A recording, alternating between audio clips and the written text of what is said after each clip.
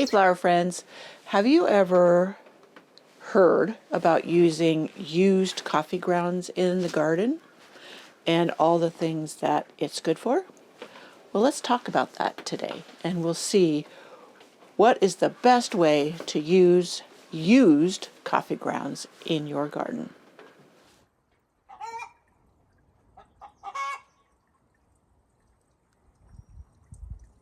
If you like this video, please give it a thumbs up and or share with your friends. And if you haven't already, go ahead and subscribe. And you'll get more of these extra fun videos. So with coffee shops around every corner, there is no shortage of used coffee grounds. So let's kind of demystify the use of coffee grounds in our gardens and what is the best way to use them, what's commonly said about using them, and what does science, the scientific studies say.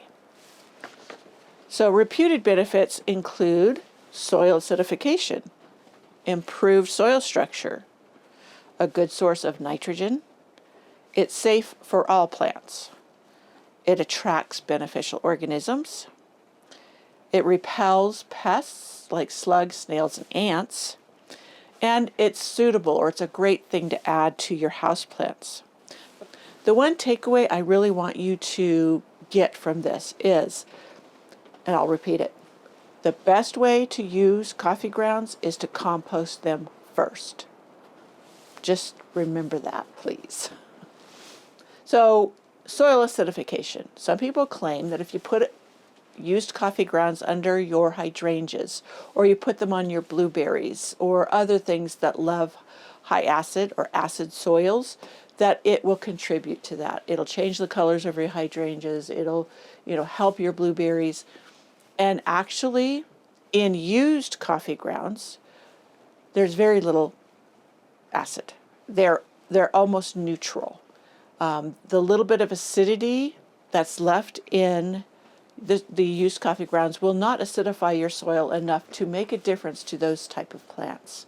Now, if you were to use fresh coffee grounds or fresh brewed coffee, that's a different story, because you've leached the acidity out of the grounds that way with the brewing, and or if you put fresh coffee grounds that haven't been brewed.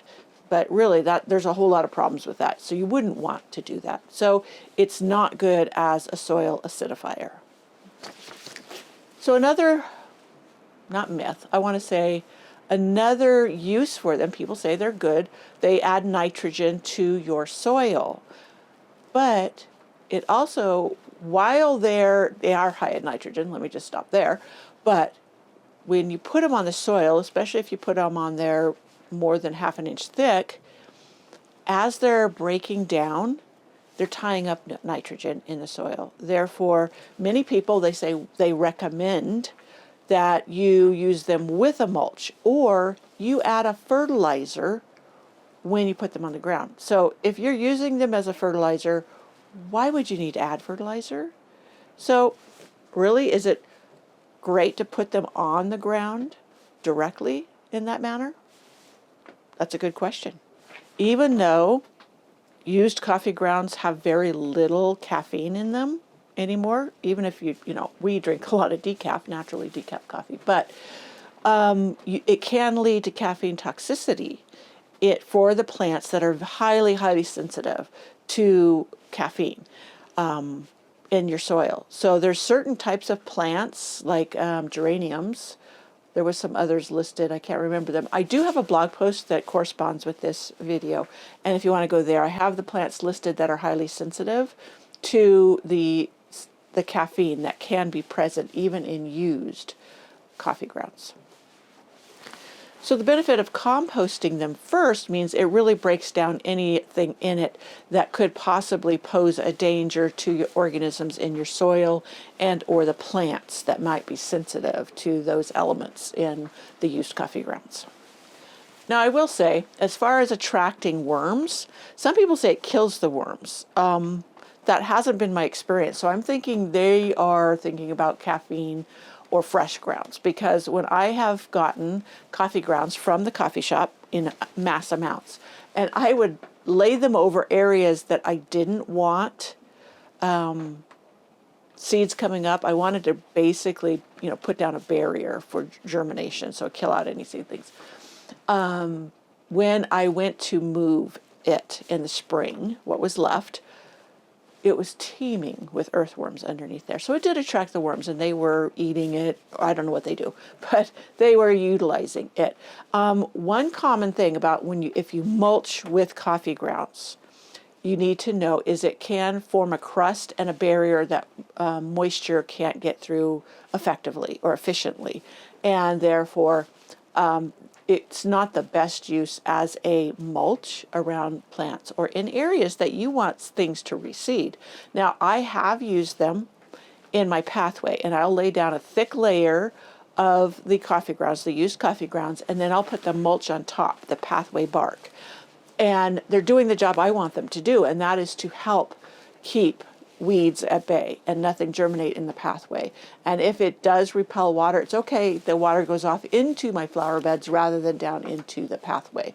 So that's a good use of the used coffee grounds if you're putting in pathways, or I have to put bark down every year or every other year for my pathways because it breaks down.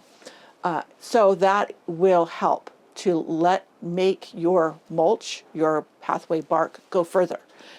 Because the coffee grounds are a nice, pretty dark brown when you lay them down, and then you put the mulch over it, the bark mulch. It's just really pretty ground cover in that way. But know that it can form a crust well, the bark mulch on top does help prevent it from forming a crust. So you kind of mitigate that issue there. So let's go into, this is really a myth, about house plants and used coffee grounds. Number one, it can do the same thing. It can form a crust and prevent good soil percolation. And there's nothing really in your house plants that breaks it down like you need it to do, because it's not a fertilizer that feeds the plant. Usually it's the soil microbes that break down things that are organic, like the coffee grounds. Now, a synthetic, yes, that directly feeds the plant. Synthetic fertilizer, and it's already, or if you have a pre-digested organic fertilizer, which I do utilize myself for plants, house plants, then that works. But if you're putting the coffee grounds right on top, you're gonna get mold and mildew, which is kind of yucky, and it can cause allergies, and especially for many, I know I am allergic to that kind of stuff in the house. So that is just not a good way to feed your plants. So compost them first. And if you want to use a little compost in your potting soil when you're potting up your house plants, that's okay. That works because it's already broken down for them. To utilize coffee grounds, even in your compost, it should be no more than 20-25% of the ingredients in your compost bin. And you want a lot of browns in there because the used coffee grounds are more of a high nitrogen, which would be, even though they're not green, your greens, because you want the greens and the browns. But so just keep that in mind when you're adding it to your compost bin, or if you're feeding it to your worms, like if you have a worm bin, it should be no more than, I think, than 8%. I should check that.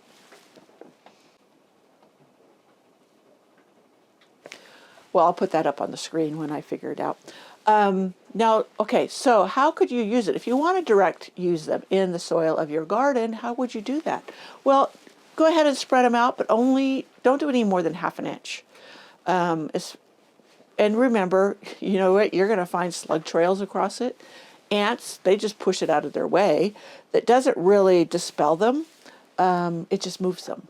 They go around it or what have you. So it doesn't get rid of them in your garden. And ants can be a good thing. I know we had a really, really bad ant problem last year, and I had to try to mitigate that because I couldn't bend down to do any garden work. I'd squat down to pull weeds or whatever, and I would be covered with ants, and these ants bite. So yeah, I had to kind of get them under control, but ants are a good thing in the garden if they're not too abundant. And sometimes, and it goes in waves, like sometimes we'll get yellow jackets really, really bad, and they're aggressive, and or meat bees.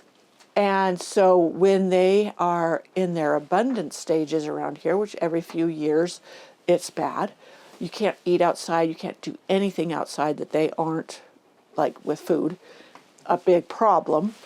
Yeah, you've got to take measures to bring the population back under control. And it just goes in waves. And the same with ants. I hope it's the same with my butterflies. I was saying in my last video, one of my previous videos, how the butterflies, I haven't had them.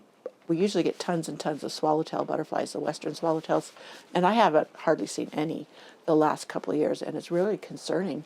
Now, the year that I had a lot of milkweed, I did see a lot more monarchs in my garden, which that was gratifying, and I would like to. I think I'm going to winter sow some more milkweed this year, so I have plenty to put out in my garden. I think the more I have, the more monarchs I'll have. But I will, one thing I found was ants. The ants were crawling up the plants and they were eating the monarch caterpillars.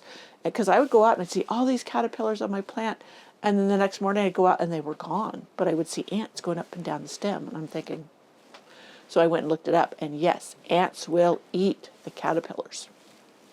So I had to use something to keep the caterpillars off of my milkweed, and it's a product called First Saturday Lime, and I would put it around the plant, and I did sprinkle some up the stalk. You know, I painted it on the stalk a little bit, so the ants won't go across that, and I'll try to link to the company in the description box.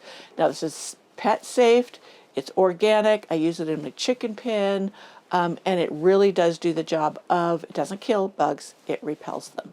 And that was one thing that worked to get rid of the ants, or keep the ants from climbing up the milkweed and eating my caterpillars. Oh. But here's a fun fact. Here's a fun fact about how you can use your spent coffee grounds. Look up meat rubs. They make good meat rubs. I didn't know that. I haven't tried it myself, and I will have to do that. But that's another way you can use your spent coffee grounds. But other than that, just throw them in your compost bin. I throw them in my chicken pen, and the chickens don't eat them. They just scratch them in with everything else they have in their garden, because they are my composters, and I throw alfalfa in there. I just had posted a video on how to use alfalfa in your garden. So that is a wonderful thing to put in your garden. It makes great pathway cover as well as mulch, and it just smells like a farm. And I don't mean the bad side of a farm, like the stinky dew, but I mean, I don't know. We used to, as kids, play in my grandparents' hay barn, and this is the smell that hay barn had, and it just takes me back in memories. Hey, garden friends, look at what we've got going on today. Yes, yes, indeed. I'm heading out to the greenhouse, and we are going to talk a little bit more about some of the comments I got on my video with the alfalfa, but also we were talking about garden zones and what they don't pertain to and all of that. And I just wanted to respond to some comments on here and talk a little bit about it. Not too much. So let's go on in the greenhouse. So, okay, I'm huddled back here by my heater so that I can stay warm. It is snowing out, as you saw, as we walked in. So I wanted to talk to you or comment on some of your comments that were made on our discussion on garden zones and why I don't really begin all of my videos telling you what my garden zone is. My aim is to kind of steer you away from relying too much or putting too much emphasis on your garden zone. And these comments really reflect why, because I'm really trying to help people get past that misconception, because it really will help them in their gardening journey. And thank you so much, all of you who left your comments on the video. It really helped me kind of know where to go from here on this subject. Now, here is one comment that one person left. It says, the garden zone where you are is important, because if I follow your direction and it is too early or late for my zone, I will be in error. That's my point. Garden zone does not tell you when you can plant. Only your last frost date and garden conditions. And what I mean, like zinnias, I have to wait till the soil temperature is higher, which could be mid-June, before I direct sow my zinnias out in my garden. Now, being zone 8B, you would think I could do it sooner than someone in zone 7. But that is not the case. I have friends who live in zone 7s and they can plant out in April because their temperatures have warmed up enough. And their last frost date is earlier in April. Mine is late May. My friends in Dallas, Texas, theirs could be late March. Friends in Seattle, late March or early April. I still can't plant till May. So it's not the garden zone that determines when or when you cannot plant out in your garden. So I thought I said that, but obviously I can't seem to make it clear. I know I have communication issues, but I had a really interesting one from Canada. She said, "Hi, friend, I just wanted to add this zoning info discussion by saying there's a huge difference in the USDA zones and the Canadian hardiest zones. The American zones are based on one factor. That's true. Your average low temperatures. Whereas in the Canadian hardiness zones, it's based on 7 different factors. Now that would be helpful. That would be really helpful. All of which are basically irrelevant for annuals, and that's true. So when I'm doing annuals, I'm not going to tell you my zone because it doesn't pertain to it. What I am going to try to remember to do is tell you my last frost date and why I sow things at a certain time of year. So if it says sow 8 weeks before your last frost date, I will count back from May 31st. And then that gives me an extra buffer because sometimes we can get snow. We've gotten a foot of snow on May 31st in past years. So, that has nothing to do with the zone. It just has to do where I'm at on the mountain. And so I will count back 8 weeks. Whereas if you're in zone 7, but your last frost date is in early April, you would count back from that date. And that would have you starting much sooner than me. So again, another one. Hi, I find it valuable to know what zone you are in because I can adjust my timing of planting to my zone. I'm in 7B and I have to wait a bit longer than you for some planting. No, you don't. Because I'm late May and I'm 8B, but you may have a last frost date that's sooner than mine. Zoning does not tell you your last frost date or how warm your soil temperatures are or all of those factors that matter much more. Your zoning, again, only tells you what your average winter low temperatures are. It doesn't say how much rainfall you get. It doesn't say when you will get warmer temperatures. It doesn't say how long you'll have warmer temperatures. So it only tells you the average low. That's it.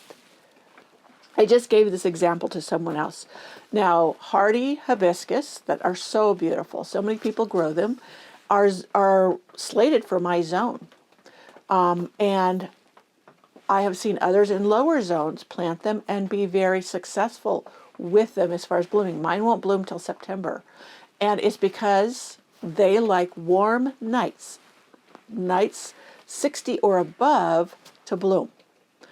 And we get very cool nights in the summer. But somebody here, like a neighbor I have that's not even 1 mile away, can grow them beautifully because she has a microclimate that her nights stay warmer.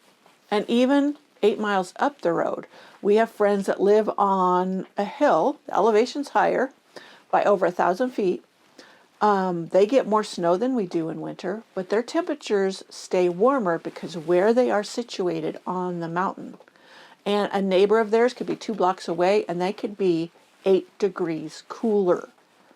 So in California, with all the variables, anybody west of the Rockies really has to pay closer attention to their own microclimates than the USDA zone. And I'll give you an example too. Let me see. Let's see. Okay, I guess that really describes the basics of where people are misinterpreting what the USDA zone tells them and what my information tells them. Most people, even in the Midwest, or I have a garden friend in Wyoming, and she's a lower zone, but she can plant out sooner because her last frost date is earlier than mine. And they get some very extreme winters. Oh, I know one gal said that the temperatures, if it's a lower zone, means that winters and the lower colder zones in the winter, that means their summers will also be cooler. And that's absolutely not correct. Now, Mendocino Botanical Garden, they are zone 10A. Now, Janie at Dig, Plant, Water, Repeat, she's a 9B. She will be much hotter in the summer than Mendocino will ever see. Mendocino Botanical Garden, it's on the coastline. It's affected by, the ocean, fog. We went there for our anniversary 2 years ago, and that's in July. We had to wear jackets because it was so cool. And that's what it's like on the coastline. Yet their lows in the winter are not that low, but for the same reason, the coastal effect. And that's how it works. Like I said, on the west side of the Rockies, your temperatures, your climate is so affected by variables, like maybe how close you are to the ocean, how deep into the woods, how high on the mountain, the desert. All of these variables have a huge impact on what will thrive and grow in your garden. Mendocino Botanical Gardens, even though they stay very cool all summer, can grow things that I can't. And because they're zone 10, their lows do not get that low. But I don't see how a hardy hibiscus who likes the nighttime temperatures above 60 would do well there. But other plants thrive. So when you find, and that's why I say talk to your neighbors, talk to local garden clubs, talk to people who are in your area as to what really, really works for you. And then you'll have a better idea. Now, I share my experiences. Yes, I'm zone 8B, but my friends in Seattle who are also zone 8B, their conditions are totally different. Things bloom sooner than here because of our differing last frost dates. Same in Texas. It said as I was coming in here, I'm experiencing snow today. They're having 75 degrees. Their temperatures for the next 10 days are much warmer. And even, this is February, next month, the end of next month, they can start planting out more tender things. And I still have to wait till the end of May. So that tells you your garden zone does not tell you when you can plant out in your garden. That's all there is to it. That's your last frost date, your average last frost date. And as gardeners, this is something I wanted to bring out. Sorry, I know I jump. We were already gardening in a zone a little bit higher for the last few years before the USDA garden zones changed. They just not arbitrarily, but they change or check in every 10 to 12 years. Well, those of us who garden and we watch our climate and weather, we already knew that our zone had changed or that our conditions had changed because we pay attention through the year of what our conditions are, because we may need to run out and protect something if we're getting a freak early frost or freeze. Or like those in Texas, they just had, a deep freeze come through there that is not normal. And so they had to protect a lot of things that normally they don't have to protect in the winter. So watching your weather is also a big clue, but it has nothing to do with your zone. It just has to do with your current climate conditions. And as I said, we already knew our climate had changed before the officials changed the actual numbers of our zones. So that is from observation and good gardening. And that's why I keep addressing this, is just those folks who really need to learn that it's not your zone that tells you when you can plant. So when I can plant and you can plant has nothing to do with our zoning numbers. It is our last frost date. So I hope that helps you and gets past. I know I probably will bring this up again because I do see a lot of people making that error and it can become frustrating for them, especially new gardeners. And coming up very soon here at Flower Patch, I am going to share with you, I just attended a local garden society event, and it was one of the most renowned rosarians, rose experts in the country, and he had a demonstration on pruning roses. And as much as I've been doing this, I've been growing roses for 40 years, and I'm always learning, and this was no different. I was gratified to learn that my methods of pruning are right in line with his, I did order some new pruners that he recommended because I really like the way they performed at this thing. But also, he had a really cool way of how he starts cuttings. We also had a cutting demonstration, and we swapped cuttings, and it was really a lot of fun. But that's coming up in a video pretty soon. I'm going to wait till a sunny day today. Like I said, it's snowing, and then I'll take you along and share those tips and tricks. Now for some context here. Look at what it's doing here in my Zone 8B garden on this day in February. But my friends in Dallas, who are also Zone 8B, they are enjoying 75 degrees. So that shows you how different the exact same USDA zone can be. Okay, I'm done with the video in there, and yeah, I'm going to close this up. Tomorrow, well, let me see, today, overnight, by the time this is done, we're supposed to have 5 inches, which doesn't thrill me. But then we're supposed to get more rain, and it'll rain it off. I hope. But it does look pretty when it's falling and covers everything in clean white rather than looking at mud. So, yeah, everything's pretty. Pretty.